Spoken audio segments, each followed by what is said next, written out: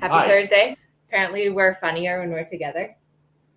Good Everyone thinks you're funny, but apparently I don't. That's what you tell all your friends. You're like, everyone thinks I'm funny except for you. Sometimes you're funny, sometimes not so much. Yeah. Okay, tonight's episode, we are going to share best horse advice you've ever gotten. We have some good questions to answer, and you're going to share some of your book. What book are you reading? Show them. Tell them if they're watching the podcast. Major Andras Lundgren's Teaching Exercise, a manual for instructors and riders. And, back in the 80s, 90s, whenever he was most popular, he was the Swede with the cones because... Oh, he's the cone guy. He's the cones. So you have some new cone exercises for us. Sure. Yes. How he sets them up, and so that people ride correct corners, is the cone goes 3 meters out of the corner. So yeah. And so then on the inside of the cone, you're making a circle. On the outside of the cone, you're riding the corner. Yeah, that's another good exercise. Put a cone in your corner. If you have a dressage arena. But the thing that I set up was because those people who, by the way, I was totally humbled by, who were riding out in the forest and in that field and stuff with nothing, no arena. That way you could get that. Okay, we're starting out with, let us know if you're live here. What is the best piece of horse advice that you've gotten? Me? Yeah, you go. When Albrecht Heidemann put his fingers on my forearm, and I'd been riding about 12 years seriously at that point, and he put his fingers on my forearm and went, "Oh my God, why are your arms so strong?" And that would be the beginning of the scrambled egg thing. What he taught me that day, and what I've tried to learn how to supple and bend my fingernail, my pinky towards my belly button. It's changed my world, my horse's world, and obviously all the people who got the scrambled eggs thing. That was be the single greatest thing I ever heard, was like, "Oh my God, your arms." Yes. Okay, Barbara says something is better than nothing. Yes. Yes, that's very good. Yeah, I think such a big part of riding is about consistency and just like being there every day, seeing your horse, getting to know your horse. And for your horse, that it's like a routine that they get out and they work. I mean, that's a huge part of it. I think my best advice is tomorrow's another day, and not to get like too wrapped up in the ups and downs of everything. And then the Western guy I used to work with, he always used to say, quit while the quitting's good, meaning like, just if you're having a good ride, end on a good note, especially with young horses, that you don't like keep going until it gets bad. And then, oh yeah, look, someone else said end on a good note. Yeah. Yes. Ask and allow. Okay. Don't perfect it into a disaster. There were some other good ones. So here, Ellie says, if you don't ride the horse will ride you. Confidence is key. They sense insecurity and become uneasy themselves, and then bad things happen. Yeah, somebody asked, I was teaching somebody the other day, and they said, does the horse know I don't know? And I was like, oh, yes. Oh, yeah, you were like, the second your butt gets in the saddle, the horse is like, oh, yeah. Okay. Oh, here's another good one. Kathy, your horse is a mirror image of yourself. I absolutely believe that your horse is your mirror. I am in that camp. I do believe that. What does that say about you? I don't know. My horses all seem to be kind of mellow. Except Frankie. She's getting mellower. Okay. The haunches in really did help a lot, though, by the way. Oh, here's a good one. Collection comes from the hind end and forward, not the front. Yep, that is good. Your horse can't learn English, so if you really want to communicate with him, you need to learn horse. Yeah, aids, that's the name we give the language that we communicate with horses with. Absolutely. Oh, here's a good one. Teach them the answer before you ask them the question. I have a great example of that. What? So I was taking a lesson with Don Seiji when I was eventing, And he had this great place up Santa Barbara, and he had the water in the thing, and all you go downhill. And this guy comes with a mule, right? And they get to the top of the water thing, and they got to go down, and the mule just stops. And the guy gets off, and then the mule would follow him through the water and over the pole and down to the bottom. And so then the guy takes the mule back to the top, and he gets on. And then when he said no, he hit it with the stick, and down he went.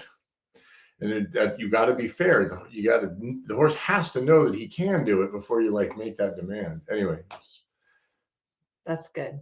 it was But yeah, I mean, you have to like break things down into like smaller steps. And I think that's something that people, it's like they want to do the flying changes, but they haven't broken it down into pieces, and the horse isn't in the right balance, and the horse isn't in a place that they can do the flying change. And that like causes problems. right.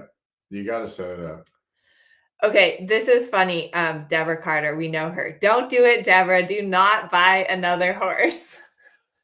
I don't think that's good advice. I'd say horses are like potato chips. You can't have just one. Okay, they know when you know, and they know when you don't know. What else? Oh, this is a good one from Sylvia. If you make a mistake, make it forward. Yeah. Yeah, that way the horse is just, oh, whatever, where we're going. Okay. Let's see. Oh, here's this. You'll like this one. This one's for Kareen. To canter, you have to want to go fast. That is a fact. You can't want to. You got to want to. Okay, here's from your friend Butch. He says, you get what you give.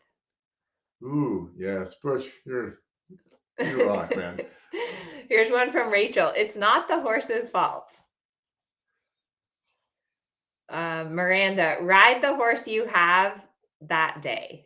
I like that one because it's like, it is true that every day your horse is different, and like it might be windy or cold or there's something spooky, and you have to just be like, okay, this is the horse I have today. I have to work with it. I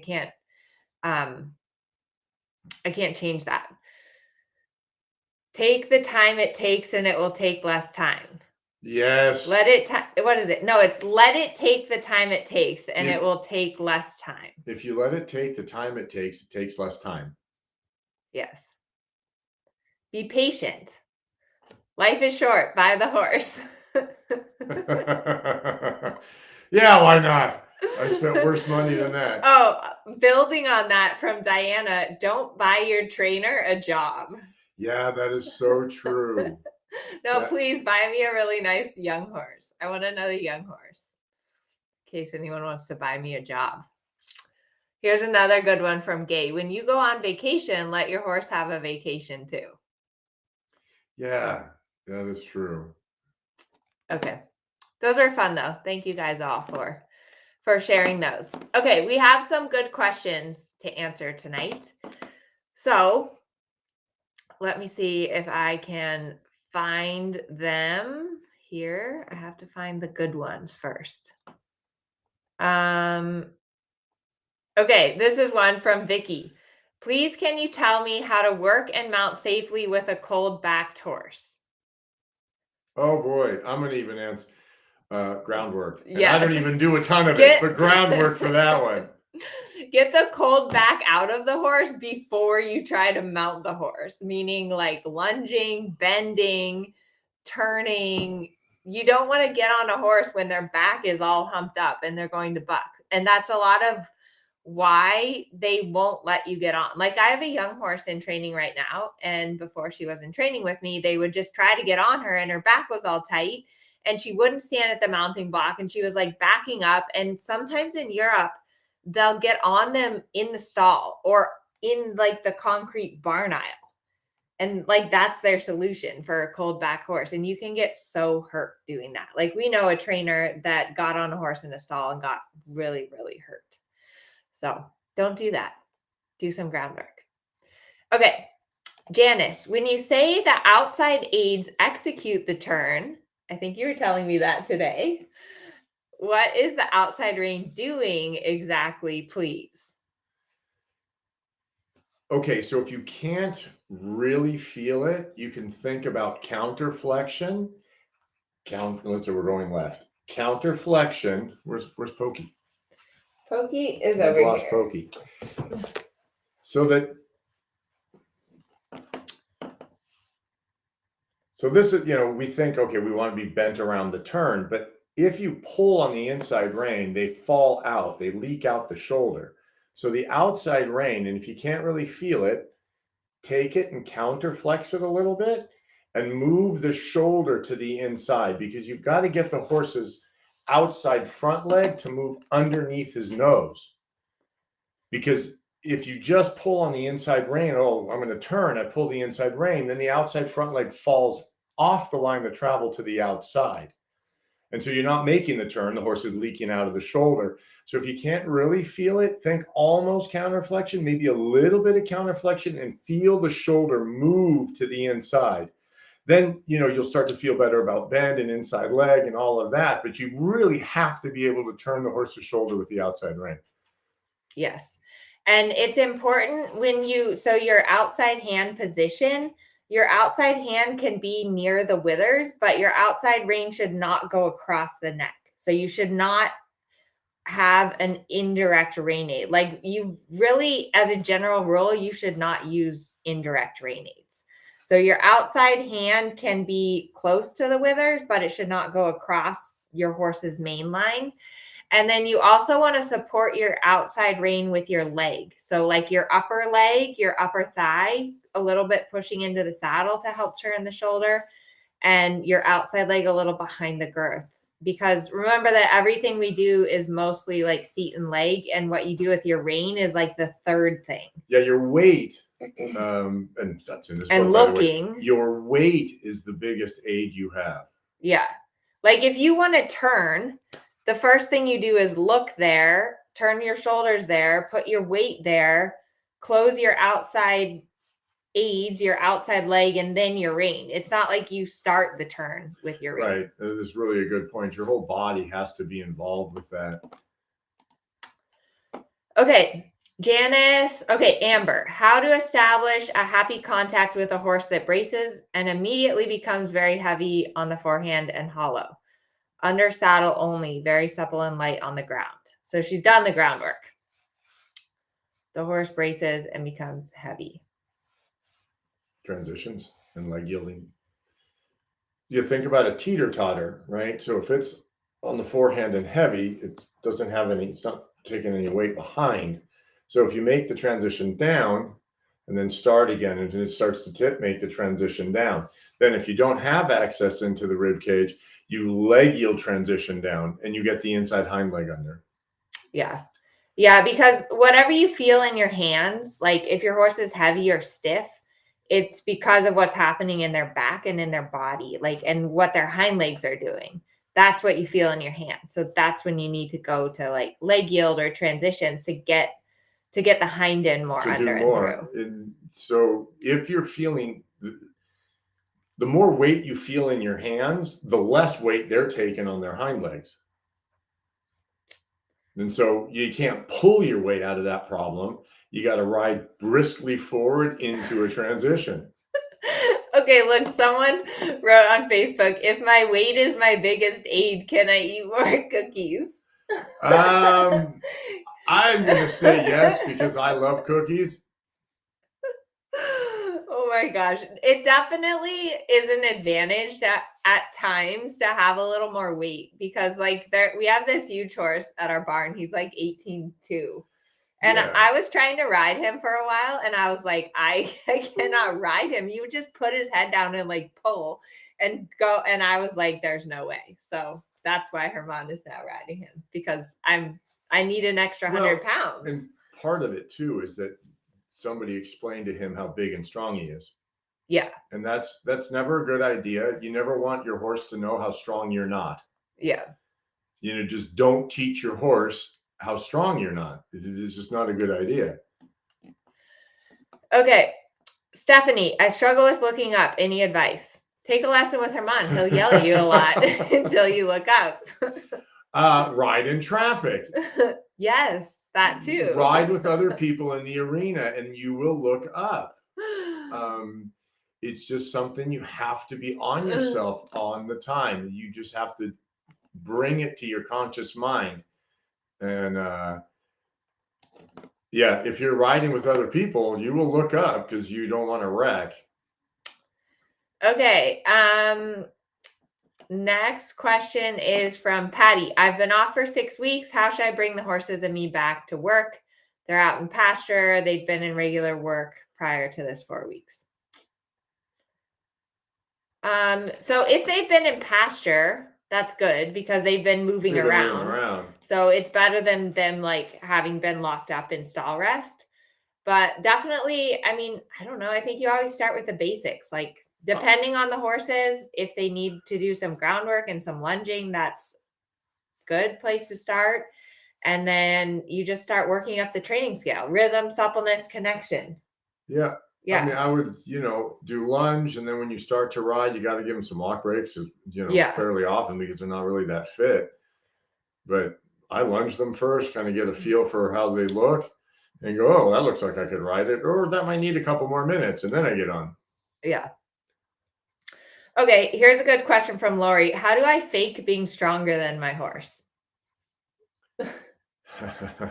Don't pull. Don't lean forward and pull. Right. Don't lean forward and pull. That's not going to work. You pretend you're stronger by leaning forward and resisting, right? And Butch said it earlier. You get what you give. So if you're taking and you keep taking, you're never going to be strong. You're not going to outpull your horse.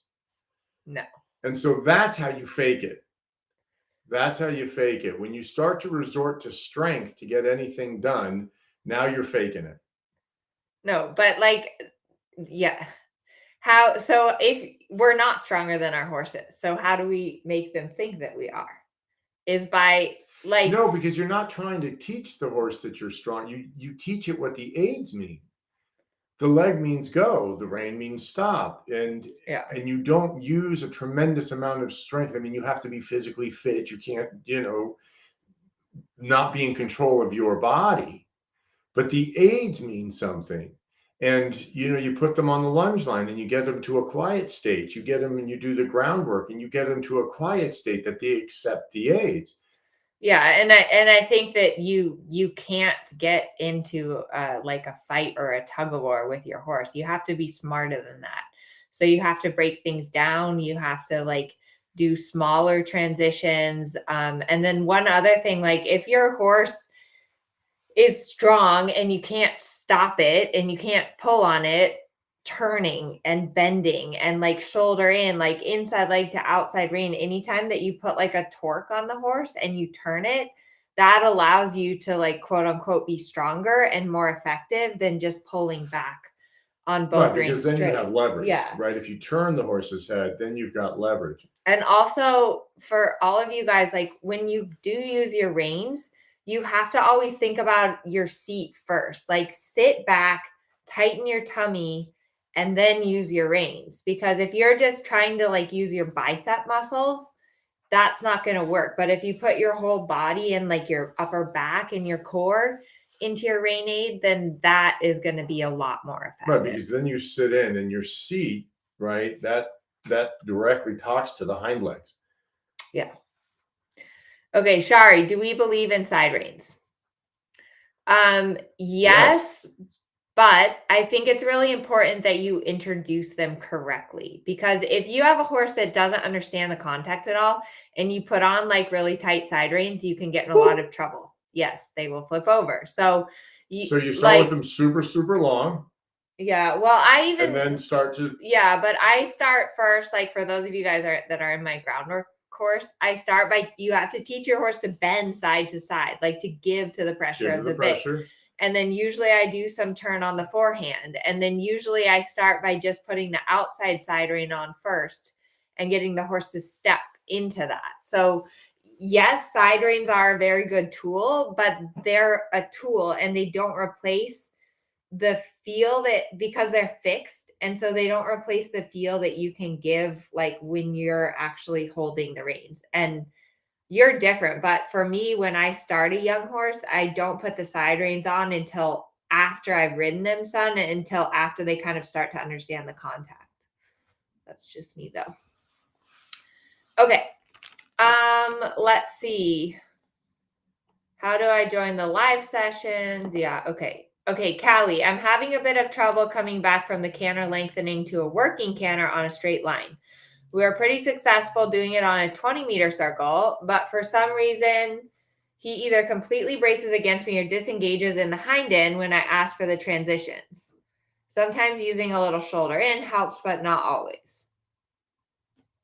Right. So when you do, all right. So look at the tests, right? At first level, it's lengthened into a 15-meter circle, right? Like first level 1 or 2. Yeah, I think first level test 2. So, and that's the idea, so that you lengthen and then you make a 15-meter circle. And then, you do it into a 10 and you let the circle collect your horse for you. Yeah. Then you say, okay, horse, we're going to lengthen and we're going to make that circle. Just kidding. But the horse is already used to it from the circle, right? And you use the aids on the circle. And then when you take the circle away, the horse remembers the aids.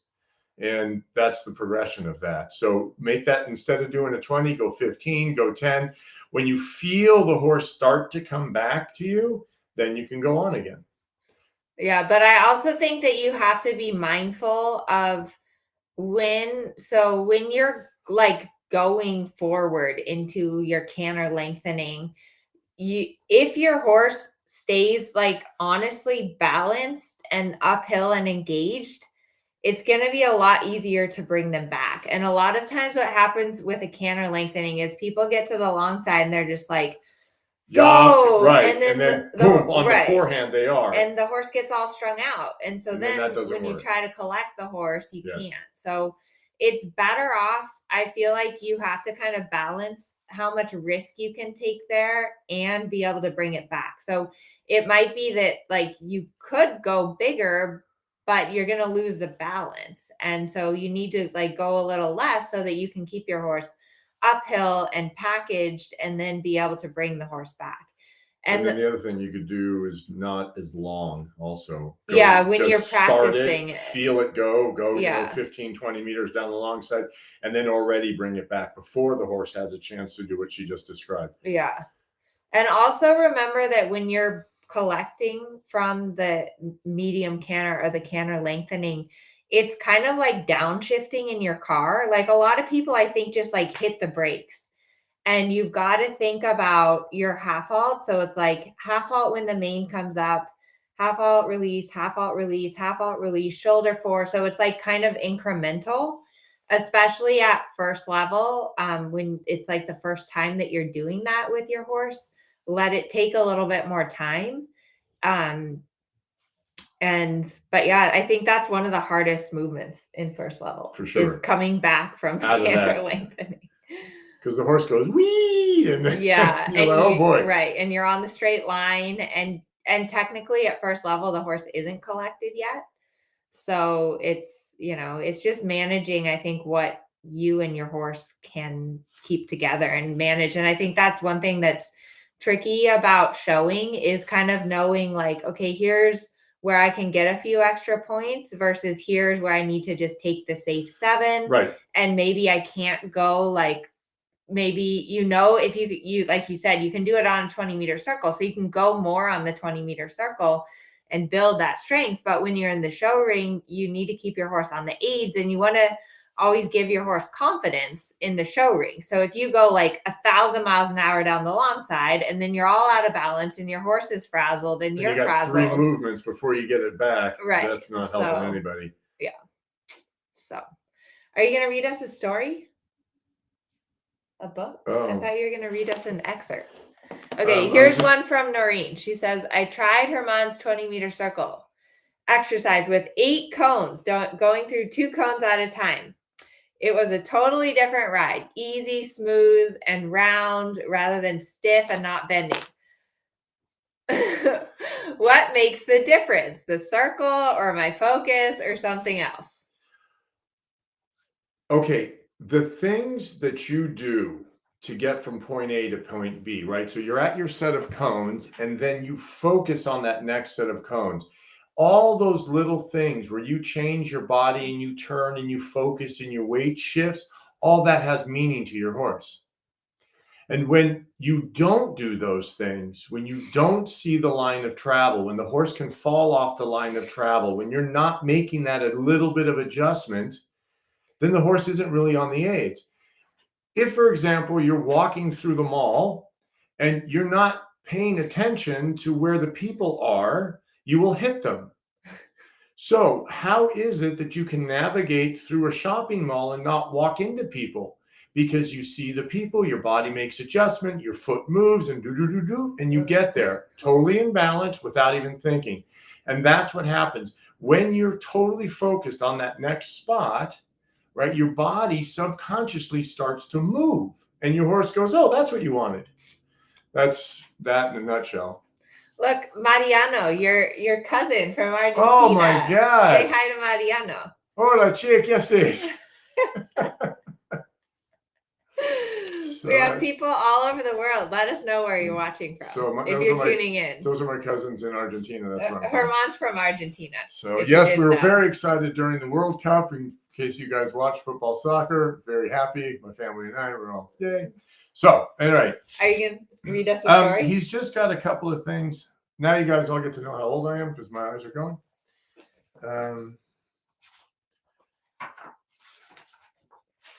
He's been reading. It's really good to read books about dressage and about riding and theory. Okay, Shari's from Wisconsin, North Texas. Oh, someone's from New Zealand. Wow. New York, North Dakota. It's North Dakota, you win. I went to boot camp, Great Lakes, Illinois in the winter, and oh my, that was so. These things are, what's he call it? Rules of thumb and general advice. So, festina lente is a Latin sentence and means hurry slowly, right? And then TTT, which is things take time, right? Things take time. Somebody else alluded to that earlier. We need like a sign that says that. Things take time. Now this, you're gonna write that down. We brought this up a little bit earlier about not teaching your horse that you're not stronger than it. It says, when art ends, violence begins. That's a good quote for you. When art ends, violence begins. I always thought about it as when knowledge ends. When knowledge ends, violence. Because when you don't know how. I always say when knowledge ends, frustration starts or something like that. Right. But then some people take it the next step. You may get frustrated. Some people go the next step. And we've all seen it and it's not pretty. So now here you go. The correct seat is the basic prerequisite for the applications of all aids. These are good. Yes. Gold. He is. Yeah. I need to take some of these quotes.